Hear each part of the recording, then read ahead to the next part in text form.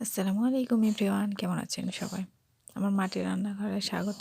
তো আজকে আপনাদের একটা দারুণ রেসিপি দেখাবো। গ্রাম অঞ্চলের গ্রামেরই একেবারে ঐতিহ্য ক্ষীর পায়েস রান্নার রেসিপি। আর এই রেসিপি কিন্তু বেশিরভাগই কিন্তু গ্রাম অঞ্চলেই দেখা যায়, শহরে খুব কম দেখা যায়।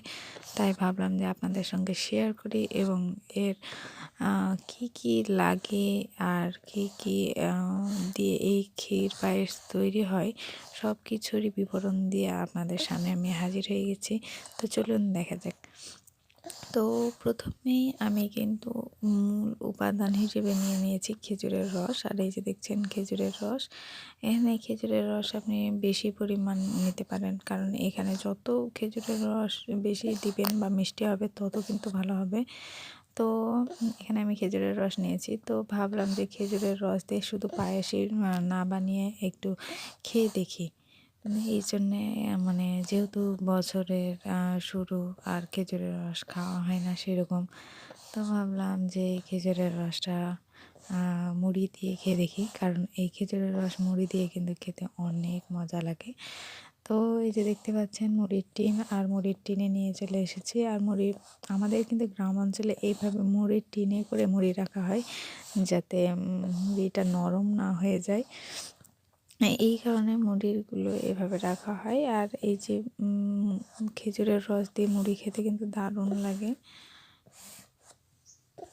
তো যেহেতু সুযোগ পাওয়া গেছে আর আমি বাবার বাড়িতে আছি, সেহেতু খেজুরের রস দিয়ে পায়েস খেয়ে নিলাম।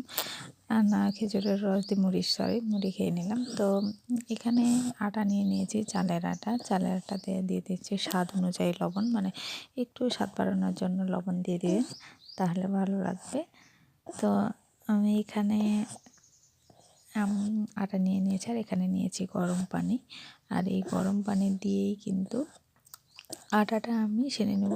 আর গরম পানিতে যেন আঙ্গুল চুবিয়ে রাখা যায়, এরকম করে আপনারা পানিটা গরম করবেন। দেখছেন আমি হাত কিন্তু দিতে পারছি, আমার হাত দেওয়া যাচ্ছে। তো যাক, আপনারা ওইভাবে গরম পানি করে নেবেন আর অল্প অল্প করে আটাতে দিয়ে আটাটা সেনে নেবেন। তো এইভাবে অল্প অল্প করে পানি দিচ্ছি। তো দেখতেই পাচ্ছেন যে এভাবে আমি আটাটা সেনে নিচ্ছি। আর এই আটাটা আপনারা যে যেরকমভাবে মুথে নিতে পারেন, কারণ যেহেতু হাত সেমাই হবে, হাতে হাতে করা সেমাই হবে। তো কেউ আবার আঁখোয়া বলে, আঁখা বলে, হাত সেমাই বলে। তো যাক, এই যে আটাটা আমি মুথে নিয়েছি। তো এই যে মুথে নেওয়ার পর ওটা আমার কিন্তু কালো কালো, যেহেতু আমার মেশিনের একটু সমস্যা হয়েছে এই কারণে। তো এই যে কুলাতে আমি আঁখোয়াগুলো করে নিয়েছি, আমি আপনাদের দেখাতে পারিনি। তো যাক, অন্য একদিন ভিডিওতে আমি আঁখোয়াগুলো কীভাবে করে সম্পূর্ণই রেসিপি দেখাবো আপনাদের। তো এই যে দেখেন আমার আঁখোয়াগুলো কত সুন্দর হয়েছে, ঠিক অ্যাকুরেট হয়েছে একদম। তো যাক, এগুলো ভালোই লাগে। এগুলো কিন্তু একজনের দ্বারা হয় না, অনেকজনই লাগে। তো ভাবলাম যে করে নিই, এই জন্য বিশেষ করে যে করেছি। আর এখানে আমার তারের খেজুরের রস যেটা, এটা কিন্তু জাল দিয়ে প্রায় 2 কেজির মতো হয়ে গেছে। আর এখানে কিন্তু আমার আম্মা আগে থেকেই সিদ্ধ করতে দিয়ে দিয়েছিল চাল, কারণ যেহেতু চালের পায়েস সহ আঁখোয়ার পায়েস হবে, এই জন্য চাল দিয়ে দিয়েছিলাম। আর এখানে দুধ গরম করতে দিয়ে দিয়েছি। তো দুধটা দিলে কি আরও স্বাদ বাড়ে। দুধ কিন্তু যে কোনো জিনিসেই যখন দিবেন তখন কিন্তু দারুণ মজা লাগবে, খেতেও স্বাদ বেড়ে যাবে দুধের। তো সেই কারণে আসলে দুধ দেওয়া। তো এখানে আমি 1 কেজির মতো দুধ নিয়ে নিয়েছি। আর এই যে আঁখোয়ার পায়েসে আমি কিন্তু আঁখোয়াগুলো দিতে শুরু করছি। আর আগে থেকেই কিন্তু আমার যে চালটা সেটা কিন্তু সিদ্ধ হয়ে গেছিলো। আর সিদ্ধ না হলে কিন্তু এটা ভালো হয় না। তো আমার আম্মু আগে থেকেই দিয়ে দিয়েছিলো, যেটা দেখাতে পারিনি আপনাদের। তো যাক, আপনারাও প্রায় আপনার খেজুরের রসটা যখন একটু কমে আসবে, তখন চালটা দিয়ে দিবেন। আর পরে তখন আঁখোয়াটা দিবেন। তো যাক, এইভাবে বারবার একটু নেড়ে দিবেন। আর এই যে এইগুলা দিবেন, একবার করে নাড়া দিতে হবে, আর একবার করে কিন্তু আঁখোয়াটা দিতে হবে, না হলে কিন্তু এক জায়গায় জমা বেঁধে যাবে। তো এরকমভাবে আমি নাড়া দিচ্ছিলাম আর আম্মু দিচ্ছিল। আর নাড়া দিতে দিতেই কিন্তু আঁকোয়ার পায়েসটা হবে না, কারণ এটা সিদ্ধ হতে হবে। তো যেহেতু আঁকোয়া পায়েসগুলো অনেক, সেহেতু এই যে এখানে আমি নাড়া দিচ্ছি আর আম্মু কিন্তু দিচ্ছে। তো যাক, এইভাবে সব আঁকোয়াগুলো দেওয়া শেষ হয়ে গেছে। আর এই যে দেখতেই পাচ্ছেন যে আমার চাল আঁকোয়া।